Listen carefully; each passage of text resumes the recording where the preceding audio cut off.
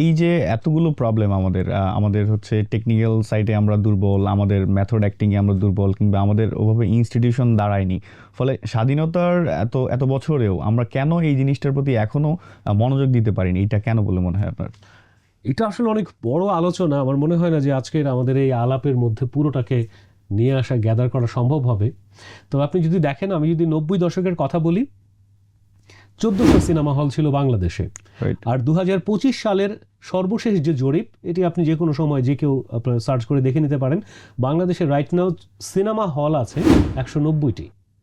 Just imagine, 1400 cinema hall থেকে cinema hall আছে মাত্র 190টি।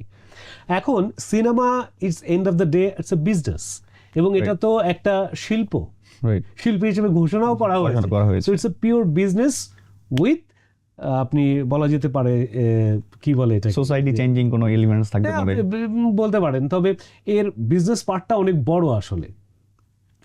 তো আপনি যে টাকা লগ্নি করছেন সে টাকা উঠে আসবে কিনা, আপনি যদি সেই এনশিওরিটি না পান, তাহলে আপনি লগ্নি করবেন কেন?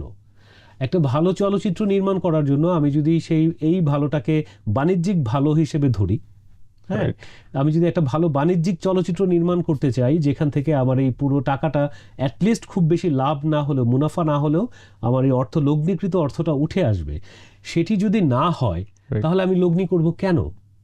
সুতরাং সেই 90 দশকের পরবর্তী সময়ে আমাদের যে ধরনের সমস্যাগুলি আমরা বারবার ফেস করে এসেছি, সেই সমস্যা ফেস করতে করতে 1400 থেকে, অর্থাৎ 1400 সিনেমা হল থেকে আমরা 190টি সিনেমা হলে এসে ঠেকেছি।